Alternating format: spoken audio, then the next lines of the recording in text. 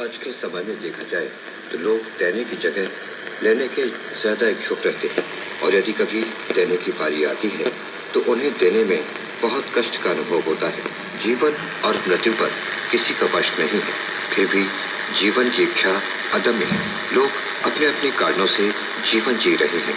किसी को धन चाहिए, किसी को जमीन चाहिए, किसी को प्रतिष्ठा और किसी को परिवार।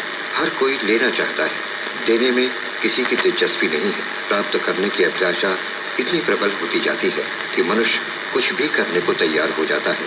यहाँ तक कि सगे संबंधियों का कत्ल करने से भी इंसान नहीं चूकता। हमें अखबारों में रोज ही ऐसी खबरें पढ़ने को मिलती रहती हैं। यही कारण है कि लोगों के इस व्यसन ने समाज में असंतुलन पैदा कर दिया है। लोग पा लेने में ही लगे रहेंगे तो उनका क्या होगा जो निर्बल है, असहाय है, अभावग्रस्त है। समाज तो आज भी दो भागों में बटा है। एक वर्ग उन लोगों का है जो मनचाहा प्राप्त करने में समर्थ है, दूसरी ओर वे हैं जिन्हें अन्य का सहारा चाहिए। समर्थ अर्जित करने में लगा है और देने की इच्छा नहीं रखता, तो ये बड़ा संकट है। इस कारण सामाजिक आदान प्रदान रुक जाएगा। जैसे सृष्टि के संचालन में दिन का ही नहीं रात का भी बराबर का योगदान है। शीत ऋतु है तो ग्रीष्म ऋतु का भी स्वागत है। दिन सदा ही रात के लिए स्थान बना रहा है।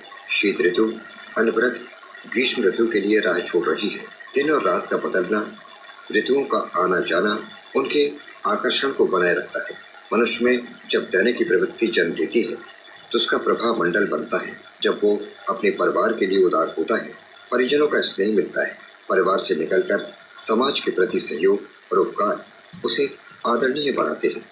किसी की सहायता से मात्र उसकी आवश्यकताएं ही नहीं पूरी होती, बल्कि इससे समाज में सद्गुणों का प्रसार भी होता है। अन्य लोग इससे प्रेरित होते हैं। मनुष्य की सारी उपलब्धियां तभी सार्थक है जब समाज में सुख और शांति का वातावरण हो। श्रेष्ठ बीज और उत्तम भूमि मात्र से ही सुंदर फूल नहीं खिलते, इसके लिए उन्हें वायु, प्रकाश और जल की आवश्यकता भी होती है।